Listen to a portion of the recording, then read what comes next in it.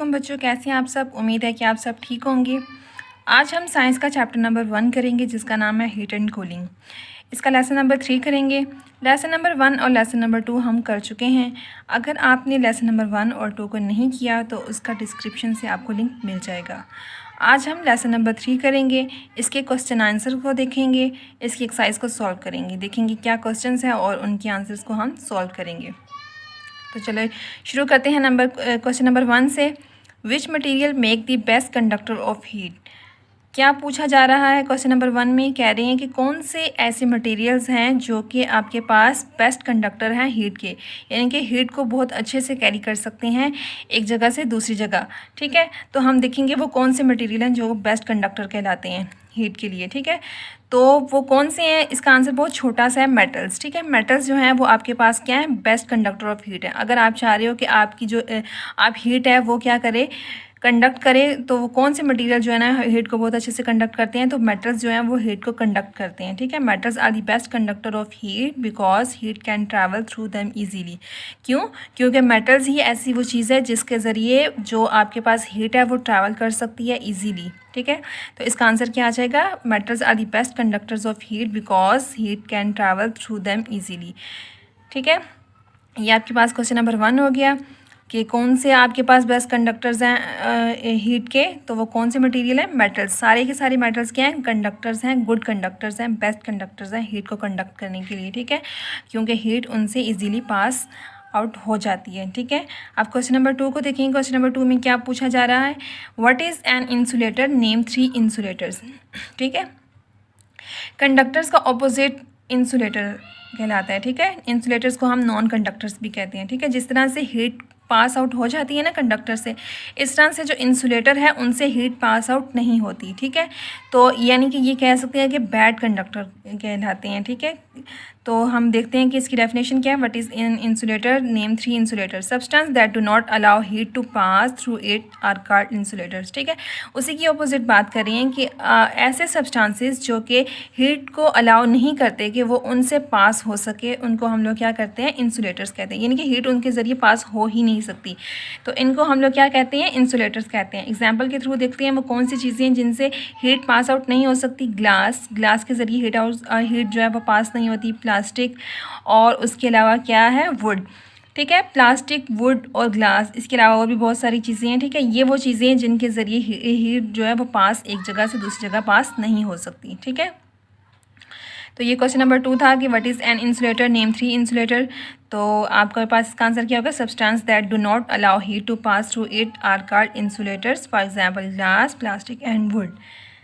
Question number 3 देखेंगे। Question number 3 में क्या पूछा जा रहा है, explain how heat is conducted along a metal bar. ठीक है, क्वेश्चन नंबर 1 में हमने ये पढ़ा था ना कि कौन सी ऐसी चीज़ें जो आपके पास बेस्ट कंडक्टर हैं। ठीक है, तो हमने ये कहा था कि जो मेटल्स हैं वो हमारे पास बेस्ट कंडक्टर हैं। तो अब इसमें पूछा जा रहा है कि आप एक कोई मेटल की बार ले लें। मेटल की बार का मतलब कोई ऐसी चीज़ ले लें जो मेटल से बनी हो। ठीक है, सुलाख टाइप कोई चीज़ ले लें। अब वो कह रहे हैं कि वो जो मेटल की बार है, अब आप एक्सप्लेन करें कि उसके ज़रिए हीट कैसे पास होगी। ठीक है, तो हम इसका आंसर देखते हैं कि कैसे पास होगी। If one end of the metal bar is heated, the particles gain thermal energy and vibrate faster. This causes particle next to them vibrate faster. Bit by bit, the increased vibration of particle are passed along bar until the whole bar is hot. ठीक है, तो इसमें answer में क्या कहा जा रहा है, इसमें कह रहा है कि अगर आप कोई मेटल की बार ले लें, ठीक है, तो उसके एक एंड को क्या करना शुरू कर दो, आप हीट करना शुरू कर दें। ठीक है, अगर आप थोड़ी देर उसको हीट देना शुरू करोगे तो आप देखोगे कि आपके पास जो मेटल की दूसरी साइड है, यानी कि जो दूसरा कॉर्नर है, वो भी क्या होना शुरू हो जाएगा, हीटअप होना शुरू हो जाएगा। तो वो कह रहे हैं कि वो कैसे हीटअप होगा, वो इस तरह से हीटअप होगा जब आप क्या करोगे, एक साइड को या एक कॉर्नर को मेटल बार की एक कॉर्नर को आप हीटअप करोगे, तो उससे क्या होगा कि वो अपने उसके साथ जो दूसरे, क्योंकि इनके जो मॉलिक्यूल्स होते हैं ना वो आपस में एक दूसरे के साथ क्या होते हैं, अटैच होते हैं। ठीक है, तो वो क्या होंगे, उनके मॉलिक्यूल्स क्या हो जाएंगे, वो हॉट हो जाएंगे, वो आगे वो फास्टर मूव करना शुरू कर देंगे। इस तरह से जो उनके अंदर जो एनर्जी है वो उससे नेक्स्ट पार्टिकल्स में क्या करना शुरू हो जाएगी, मूव करती जाएगी। और मूव करते करते करते जो लास्ट एंड है या जो दूसरा कॉर्नर है वहाँ तक पहुँच जाएगी, और इस तरह से सारी की सारी मेटल बार क्या हो जाएगी, हीटअप हो जाएगी। ठीक है, तो इस तरह से हमारे पास जो हीट है वो क्या होगी, कंडक्ट होगी मेटल बार से। ठीक है, ये क्वेश्चन नंबर 3 था। अब हम लोग क्वेश्चन नंबर 4 में देखते हैं क्वेश्चन नंबर 4 में क्या पूछा जा रहा है। क्वेश्चन नंबर 4 में पूछा जा रहा है सजेस्ट वाई। ठीक है, आपके पास पार्ट्स दिए हुए हैं, 4 पार्ट्स हैं, A part, B part, C part, D part. ठीक है, और उसमें पूछा जा रहा है कि क्यों, आपने सजेस्ट करना है क्यों। तो देखते हैं क्यों।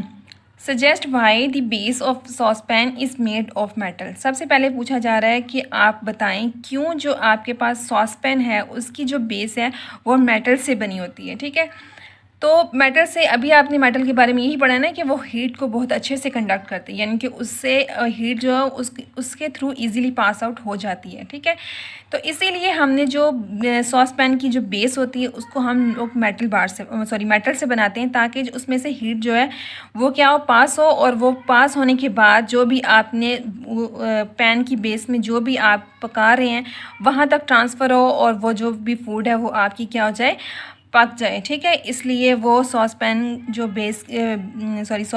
जो बेस है उसको मेटल से बनाया जाता है। ठीक है, तो इसका आंसर क्या होगा, because it is good conductor to transfer heat. क्यों, क्योंकि ये गुड कंडक्टर है हीट को ट्रांसफ़र करने के लिए।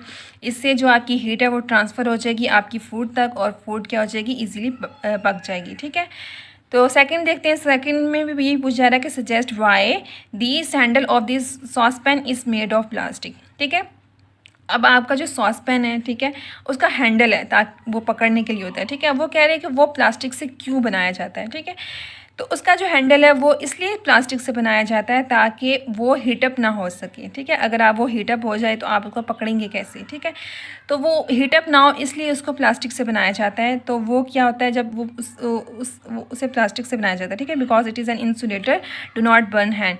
अब इसका आंसर क्या था कि ये ना अच्छा कंडक्टर नहीं होता, यानी कि इससे हीट जो है ना वो पास आउट नहीं होती। जब हीट पास आउट नहीं होती तो इसका मतलब है कि वो हैंडल जो है आपके पास वो हीटअप नहीं होगा, तो आप उसे इजीली हाथ से पकड़ सकोगे, और आपकी जो स्किन है या हैंड है वो आपका बर्न नहीं करेगा। ठीक है, अब सी पार्ट में क्या पूछा जा रहा है। सी पार्ट में पूछा जा रहा है कि सजेस्ट वाई, आपने बताना है polar bears have thick coat of fur. Polar bears के क्यों जो उनके जो बॉडी है उनके ऊपर क्या होती है, फर बहुत ज़्यादा होती है। ठीक है, तो पोलर बियर्स का पता है ना ये कहाँ पे रहती है, ये आर्कटिक रीजन यानी कि नॉर्दर्न एरियाज़ में रहती हैं, आर्कटिक रीजन में रहते हैं जहाँ पे बहुत ज़्यादा ठंड होती है। ठीक है, तो वहाँ पे जो ठंड है उस ठंड से बचने के लिए क्या होता है, उनकी जो बॉडी है वो फर से क्या होती है, कवर होती है। तो वो यही पूछे जा रहे हैं कि थिक कोट ऑफ फर क्यों होती है उनकी बॉडी के ऊपर। तो वो इसीलिए होती है because fur can trap air which is good insulator to keep them warm. ठीक है, जो फर होती है उसमें क्या होती है, एयर ट्रैप हो जाती है। जब एयर ट्रैप हो जाती है तो एयर क्या करती है, रेजिस्ट करती है कि जो ठंड है वो उनको उन तक ना पहुंच सके। ठीक है, तो क्योंकि वो एयर जो होती है वो बैड कंडक्टर होती है, इंसुलेटर होती है। ठीक है, गुड इंसुलेटर होती है, बैड कंडक्टर होती है, यानी कि हीट उसमें से फिर उसमें से जो हीट है वो जो है वो ट्रांसफ़र नहीं हो सकती, यानी कि अगर बाहर से उसको वो जो एरिया अगर बहुत ज़्यादा ठंडा है तो वो क्या होगा, एयर जब उसकी फर में ट्रैप हो जाएगी तो उससे क्या होगा, एयर हेल्प करेगी कि उसकी बॉडी क्या हो जाए, वार्म हो जाए, बाहर से उसको ठंड जो है ना वो ना लगे। ठीक है, इसलिए उनकी बॉडी पे जो है ना थिक कोट ऑफ फर होती है। डी पार्ट देखते हैं। डी पार्ट में कह रहे हैं कि birds fluff out their feathers in winter. सर्दियों में अक्सर ऐसा होता है कि जो परिंदे होते हैं ना अपने परों को जो होते हैं ना बहुत ज़्यादा फैला लेते हैं। तो वो पूछ रहे हैं वो क्यों फ्लफ आउट करते हैं। ठीक है, क्यों फैला लेते हैं, तो वो इसलिए फैलाते हैं कि उन जो फीदर्स हैं उनको फैलाने से क्या होती है, एयर जो होती है वो ट्रैप हो जाती है, यानी एयर उनके फीदर्स में ट्रैप हो जाती है। और आपको पता है एयर क्या है, वो गुड इंसुलेटर है, और वो फिर क्या करती है, आपको बर्ड्स की जो बॉडी है उनको वार्म करती है। ठीक है, हीटअप कर देती है। तो ये थे इसके आंसर्स, 4 क्वेश्चन आंसर थे इसके। आप इसको अपने पास नोट डाउन कर लें, कॉपीज़ में अच्छे से प्रिपरेशन करें। Thank you so much.